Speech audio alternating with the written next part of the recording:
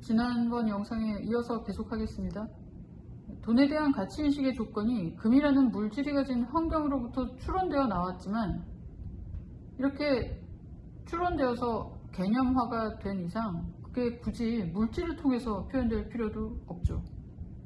희소성이 있고 그것을 얻기 위해서는 비용이 들고 위조가 불가능하고 누군가의 주관적인 결정으로부터 자유롭고 그런 조건이 꼭 물질 상태로 머물러 있을 필요는 없다는 거죠. 완벽하게 개념화가 되면 그걸로 또 다른 차원의 존재거든요. 그러면 그 개념은 개념의 세계에서 활동할 수가 있어요. 그렇게 되면 활동 영역이 훨씬 넓어집니다. 물질적인 한계를 벗어났으니까요. 그래서 메타화가 되면은 자유도가 커져요. 그렇게 금과 돈으로부터 정리된 개념적 가치를 추상적인 코드와 시스템으로 구현한 게 비트코인입니다. 이 비트코인은 여러 종류의, 혹시 모르는 분들을 위해서 여러 종류의 코인들이 다양하게 많은데 이름 뭐 도지코인이니 뭐 많잖아요. 저도 잘 모르지만 이거 사토시 나카모토라는 분이 발명한 비트코인 말하는 겁니다. 아무튼 제가 이 비트코인에 관심을 둔 건 투자의 목적이 아니라 바로 이것 때문이었어요. 개념적인 가치를 시스템으로 만들어서 우리가 인식할 수 있도록 하고 실제 세계에 구현한 비트코인, 이게 꼭 저한테는 이제 개념 예술처럼 보인 거죠. 그럼 비트코인에서 한 발 더 나가서 금이나 돈 같은 물질적인 가치가 아니라 순수 개념에 대한 가치인식은 어떨까요? 그건 인간의 행동에 영향을 미칠까요? 저는 가능하다고 보거든요. 인간은 가치를 추구하는 동물이죠. 그리고 이 가치는 인간을 행동하게 하는 어떤 신호 체계라고 미제스라는 분이 인간 행동이라는 책에서, 저는 아직 안 읽었습니다만 그랬다고 하더라고요. 정말 그런 것 같아요. 그리고 각 인간이 가치 있다고 생각하는 대상이 제각각이에요. 인간에게 허용된 가치가 단지 돈에만 한정되어 있진 않죠. 이 세상에는 돈 외에도 수많은 가치들이 존재하고 있으니까. 이 가치는 또 의미로도 번역이 가능해요. 가치는 곧 의미고 우리한테 의미 있는 것이 가치를 갖죠. 정신적인 영토는 이러한 수많은 정신적 가치와 의미들이 있는 곳이에요. 자, 그럼 예술적인 가치를 한번 보죠. 금이 가진 희소성과 같이 예술에서도 비슷한 게 있어요. 그게 독창성이에요. 독창적인 작품 역시 금처럼 희소하고 카피 안 되고 얻기 힘든 조건을 가지고 있어요. 미술계에서는 좀 요즘 이걸 부정하는 분위기지만 뭐 부정하는 이유는 뭐가 독창적인지 분별할 수가 없어서겠죠. 분별할 수 없으니까 인식할 수 없고, 인식할 수 없으니까 언급할 수 없겠죠. 하지만 지금 내 눈에 안 보인다고 존재하지 않는다고 할 수는 없어요. 아무튼 그런 분위기랑은 상관없이 의식의 발전과 진화라는 관점에서 예술적인 가치가 독창성에 있다는 건 부정할 수 없어요. 사실 이게 뭐 딱 예술에서만 그런 건 아니에요. 사회 모든 분야에서 다 이 독창성이라고 하는 거는 최고의 가치를 두고 있는 거예요. 그런데 이 독창적인 걸 인식하기 위해서는 독창적이지 않은 것과의 경계를 알아야 되죠. 어떤 것이 독창적인지 모르는데 어떤 것을 독창적이라고 분간을 어떻게 합니까? 그게 안 되죠. 그래서 이 독창적 가치의 문제는 이게 인식의 문제하고 연결이 돼요. 자, 그러면은 그 전에 먼저 독창성이라는 개념을 좀 더 좀 해보여 보자고요. 이 독창성은 보통 새로운 거라고 생각을 해요. 근데 새로움이란 거는 어떤 맥락과 함께 인식되어야 새롭다고 인식할 수 있는 거라서 그러한 맥락적인 이해가 부재하는 상황에서의 새로움은 그냥 낯선 거라고 할 수 있어요. 보통 사람들은 낯선 걸 바로 아름답다고 생각하진 않아요. 오히려 거부하고 싫어하죠. 그에 반해서 우리가 쉽게 아름다움을 느끼는 대상은 우리가 아는 세계에 포함되어 있고 보편적인 가치를 가져요. 그래서 근본적으로 낯선 것하고 아름다움은 양립할 수 없는 관계입니다. 이것을 좀 더 일반화된 개념으로 이제 말을 하면 낯선 것을 특수라고 하고 아름다운 건 보편이라고 할 수 있죠. 그래서 특수와 보편의 대립관계는 이 특수함이 이미 우리가 알고 있는 보편적인 가치하고 조화를 이루면서 드러날 때 해소가 돼요. 이 독창적이고 어떤 게 독창적이고 새롭다고 느껴진다는 건 이미 어떤 종류의 낯선 것이 우리가 이해할 수 있는 맥락과 함께 연결되어서 인식되고 있다는 뜻이죠. 그래서 이 낯설다는 이 특수성은 보편적인 질서와 조화를 이루는 과정을 필요로 해요. 그래서 독창성이라고 하는 것은 특수와 보편의 균형이 이루어질 때, 균형과 조화가 이루어질 때 인식할 수 있는 미적 가치라고 할 수 있어요. 그런데 이런 과정이 집단적으로는 일어나진 않죠. 다수의 개인이 각자 마음속에서 일어나는 논리적인 설득 과정에 의해서 인식에 도달하게 되고 그게 다수의 경험으로 축적이 되면서 모두가 인정하게 되면 그게 이제 보편적 인식 세계가 확장되는 거겠죠. 그래서 이 특수를 보편화하는 이 과정은 먼저 지극히 개인적인 차원에서 이루어져요. 개인적인 차원에서 도달한 나름의 합리적 이해의 과정이 있다고 보는 거죠. 여기서 말하는 합리성은 뭐 누구나 따라야 하는 보편적 진리 같은 합리가 아니라 그냥 주관적인 차원에서의 개인적인 어떤 합리를 말하는 거예요. 각자의 논리일 수도 있고 뭐 습관적인 생각도 습관적인 생각도 개인적인 차원의 합리성일 수 있어요. 반응도 포함되고요. 아무튼 이 인식에 도달하기 위해서는 뭐가 됐건 간에 이 이해하기 위한 과정이 필수고 이게 남들은 이해가 안 가도 나의 주관적 차원에서는 이게 합리적인 거죠. 그래서 특수와 보편의 조화는 각 개인에게 있어서 중립적인 가치하고 또는 즉 균형과 같아요. 균형이라는 개념과 같아요.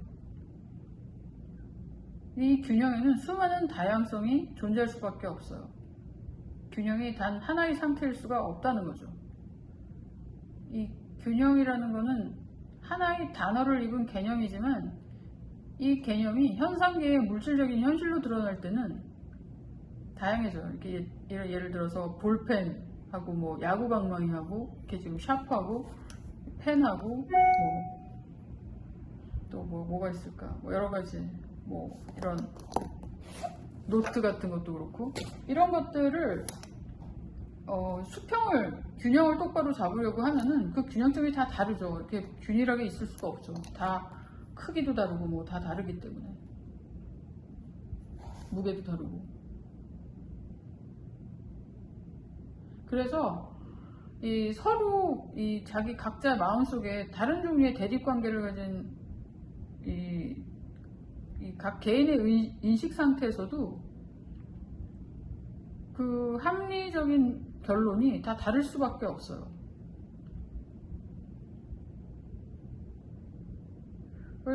쉬운 예로 들면은 뭐 정치라든가 뭐 사회 문제나 이런 거에서 입장이 다른 사람들이 있잖아요. 그 사람들이 막 논쟁을 할 때 논쟁을 해서 뭐 아주 뭐 보편 타당한 결론에 도달하는 경우는 잘 없죠. 그 이유는 각자 자기가 맞다고 생각하거든요. 다 다른데 다름에도 불구하고 자기 내부에서는 자기 자신을 설득시킨 논리가 있기 때문에 다 자기를 중립적이라고 믿는 경우가 많아요.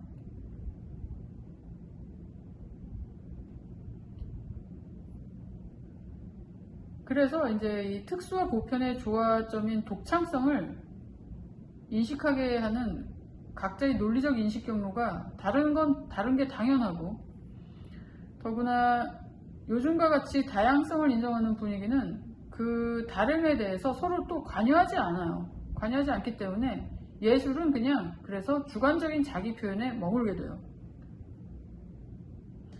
이 다양한 인식 경로를 제가 인식 패턴이라고 지금부터 부르겠습니다. 그래서 이제 먼저 이 주관적이고 다양한 인식 패턴들을 뭐가 뭔지 구분을 할 수 있어야 어떤 게 새로운 정보인지 아닌지 뭐 독창적인지 구분할 수 있는 근간이 마련이 되겠죠. 그게 질서죠.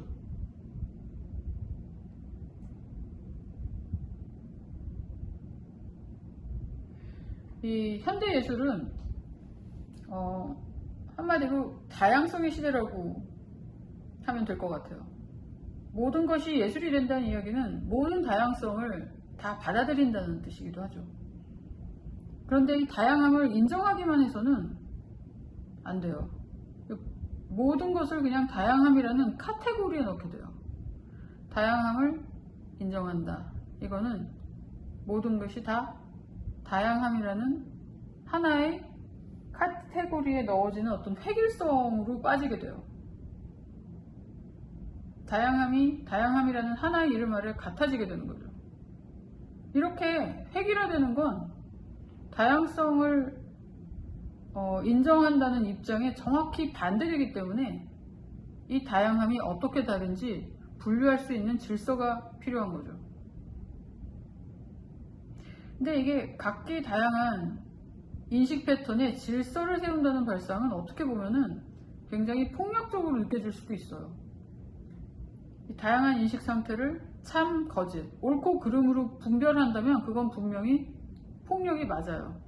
하지만 제가 말하는 질서는 옳고 그름, 참, 거짓을 가리기 위한 게 아니고 다른 데 있습니다. 인식 경계의 질서는 모든 다양성을 인정하는 데서부터 시작이 돼요. 제가 저번 영상에서 포스트 모더니즘을 저는 별로 부정적으로 보지 않는다. 인식이 일어난 인플레이션을 부정적으로 보지 않는다고 한 이야기는 바로 이것 때문이에요. 이 다양성이라고 하는 게 정말 나올 때까지 나올 수 있었던 이유가 우리가 잠시나마 이 참, 거짓, 옳음, 그름의 판단을 좀 유보를 해뒀기 때문에 의식의 경계를 다 풀어놓게 됐어요. 그래서 다양한 표현이 나올 수 있었고 사람들이 그걸 또 다 받아들일 수 있었던 어떤 사회 분위기가 만들어졌죠. 그래서 저는 긍정적으로 보고 있습니다.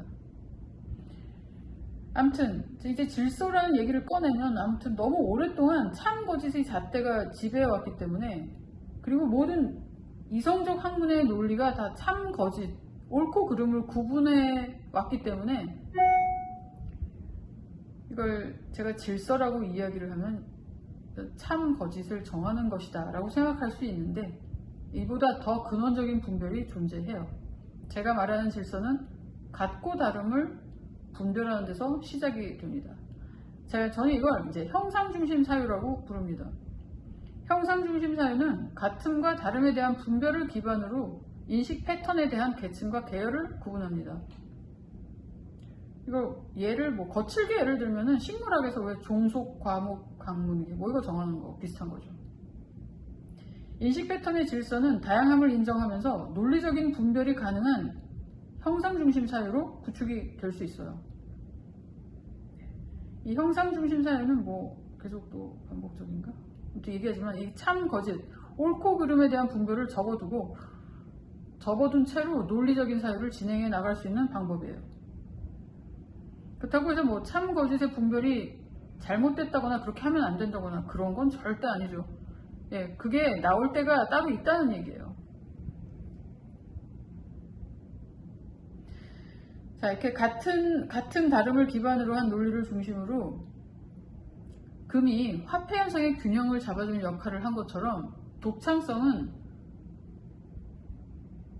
특수와 보편의 조화 지점으로서 그리고 새로운 세계를 탐구해 나갈 때 인식의 균형을 잡아주는 지표로서 가치를 갖게 돼요. 그럴 수 있고 그건 제가 계속 자세히 말씀을 드리겠습니다. 어떻게 그렇게 되는지. 이게 왜 그러냐면 의식이 끊임없이 움직이고 있거든요. 의식이 그래서 계속 새로운 세계를 탐구해 나갈 때 인식의 균형을 잡아주는 지표로서 가치를 갖는다는 이야기는 의식이 끊임없이 움직이고 있어서 그래요. 의식은 움직이고 있기 때문에 상승을 하든가 하락을 하든가 둘 중에 하나예요. 그러니까 진화를 하든가 퇴보를 하든가 하게 돼요. 제자리에 있다? 그런 건 없어요. 움직이고 있기 때문에. 제자리에 있다고 하는 거는 그냥 퇴보하는 거라고 보시면 돼요. 멈춰있는 의식은 없어요. 그래서 독창성이란 거는 특수와 보편 사이의 조화, 중립, 균형을 의미해요. 이 정신적인 영토를 드러내는 표상체계는 독창성으로부터 정리된 개념인 특수와 보편의 조화, 균형이 만들어내는 다양한 인식 패턴을 표상한 코드로 구성이 되어 있어요. 이 코드를 이용해서 보이지 않는 수많은 세계, 이 정신적 차원의 세계를 인식하고 표현하고 이 형상 중심 사유로 논리적인 사유를 할 수 있게 돼요. 그러니까 이 코드는 보이지 않는 의식작용을 볼 수 있게 하기 위한 코드죠. 네, 그런 역할을 하죠. 이걸 제가 부도 코드라고 이름을 붙였습니다. 기호 부자하고 그림 도자를 써서 부도 코드입니다. 모든 눈에 보이는 것들을 읽을 수 있다는 의미를 담았어요. 이 비트코인과 같이 이렇게 추상적인 개념을 실물 가치와 동급으로 인식할 수 있는 존재가 인간이에요. 인간 의식의 진화 발달 과정에서 이렇게 물질적 세계에 대한 개념이 물질성을 벗어나서 추상적인 세계로 진입하는 사례가 굉장히 많았어요. 수학하고 물리학의 발전 과정에서도 이런 과정이 있었고, 비트코인도 그 과정 중 하나고요. 그 예 중 하나고요. 이 예술이 추상을 다루고 있다고 해서 이미 메타화된 영역이라고 생각하는 경우가 많은데 그렇지 않아요. 물질하고 정신은 같은 차원에서 다른 작용을 하는 한 쌍이에요.